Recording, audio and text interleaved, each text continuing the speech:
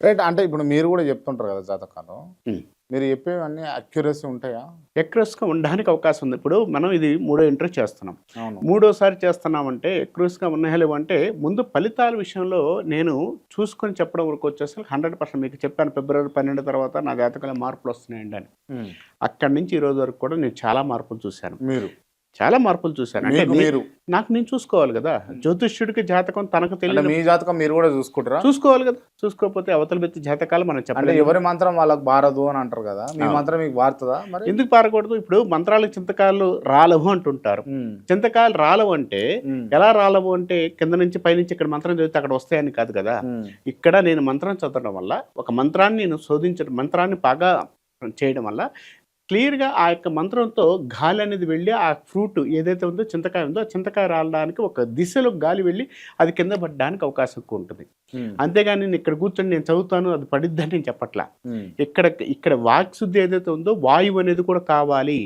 అక్కడ వాయువు అనేది ఇవ్వడానికి మంత్రం అనేది అంటే పనిచేస్తుంది. నేననేది ఏదంటే అంటే ఇప్పుడు మీ జాతకం మీకు పనిచేస్తదా? మీరు జూసుకునేది? పని చేయకపోతే నేను జాతకాలు ఎలా చెప్తాను? హ్మ్.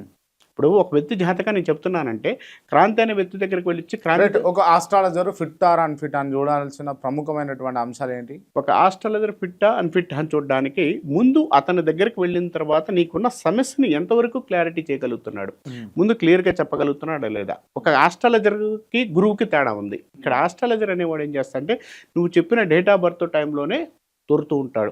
అంటే ఈ ఆస్ట్రాలజర్ గురువు అంటే ఏంటిదసలు? ఆస్ట్రాలజర్ అంటే ఏంటంటే మీరు ఇచ్చిన డేట్ ఆఫ్ బర్త్తో చూసుకొని చెప్పగలిగినోడు ఒక ఆస్ట్రాలజర్. హ్మ్. అంటే ఒక జ్యోతిష్యం చెప్పగలిగినోడు ఆస్ట్రాలజర్. గురువు అనేవాడు ఏంటంటే నీ జాతకంతో పాటు నీకు జరగబోయే విషయాలు కూడా అంటే ఆస్ట్రాలజర్ కూడా జరగబోయే విషయాలు చెప్తాడు కానీ సూచన చేయలేడు. గురువు అనేవాడు సూచన చేయగలుగుతాడు. మీరు నీ గురువా? జీవితం- ఆస్ట్రాలజరా? నేను గురువునండి. ఆస్ట్రాలజర్ గాదు. కాదు.